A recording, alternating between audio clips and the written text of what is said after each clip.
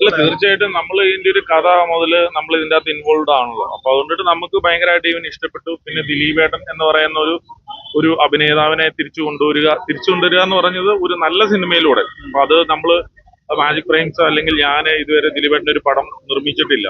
അപ്പൊ ഞാൻ അദ്ദേഹമായിട്ട് അസോസിയേറ്റ് ചെയ്യുന്ന ആദ്യത്തെ സിനിമയാണ്. അപ്പം അങ്ങനെ അസോസിയേറ്റ് ചെയ്യുമ്പോൾ ആ ആളുമായിട്ട് ഒരു നല്ല ബെസ്റ്റ് സിനിമ കൊടുക്കാൻ പറ്റുക എന്ന് പറയുന്നത് നമ്മളെ സംബന്ധിച്ച് ആസ് എ സിനിമ പ്രൊഡ്യൂസറെ സംബന്ധിച്ച് ഞങ്ങൾക്ക് വളരെ സന്തോഷമുള്ള ഒരു കാര്യമാണ്. അതുപോലെ തന്നെ ഒരു പുതിയ ഡയറക്ടർ ഇൻഡസ്ട്രിയിലേക്ക് വരുവാണ്, ബിൻഡോ സ്റ്റീഫൻ എന്ന് പറയുന്ന ഒരു ഡയറക്ടർ. രണ്ടാമത് നമ്മുടെ ഷാരിസ് ആണ് ഇതിന്റെ റൈറ്റർ. ഷാരിസ് ഒപ്പം ഞങ്ങൾ Jana Gana Mana Malayali from India work ചെയ്തിട്ടുണ്ട്.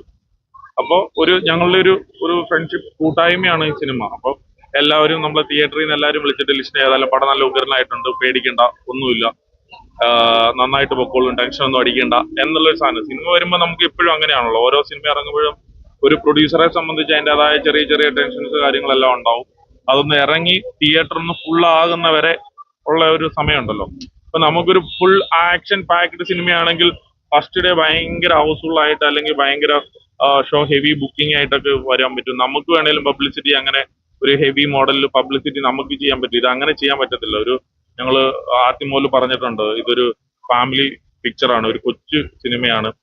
ജനപ്രിയ നായകൻ എന്നാണ് ദിലീപേട്ടന്റെ ടൈറ്റിൽ കൊടുത്തേക്കുന്നത്. അപ്പൊ അതുകൊണ്ടിട്ട് ജനങ്ങളുടെ ഇടയിൽ പുള്ളിക്കൊരു കുടുംബചിത്രം വേണം എന്നുള്ളത് കൊണ്ടിട്ടാണ് ഈ സിനിമ 150ാമത്തെ ചിത്രമായിട്ട് പുള്ളി തന്നെ സെലക്ട് ചെയ്തത്. അപ്പൊ അതുകൊണ്ടിട്ട് കുടുംബങ്ങൾക്കും എല്ലാവർക്കും, കൊച്ചു കുട്ടികൾ മുതൽ വലിയ ആൾക്കാർ വരെ എല്ലാവർക്കും തൃപ്തിപ്പെടുത്തുന്ന ഒരു സിനിമയായിട്ടാണ് എനിക്ക് തോന്നുന്നത്. ആരെയും നിരുത്സാഹപ്പെടുത്തില്ല അത്.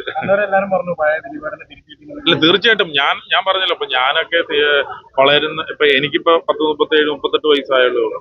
ഞാനൊക്കെ ദിലീപേട്ടന്റെ സിനിമ കണ്ടിട്ടാണ് വളർന്നേക്കുന്നത്. അപ്പൊ ആ ദിലീപേട്ടനുമായിട്ട് അസോസിയേറ്റ് ചെയ്യുമ്പോൾ അങ്ങനെയാണല്ലോ, നമുക്ക് നല്ല നല്ല ഓർമ്മകളാണല്ലോ ഉള്ളത്.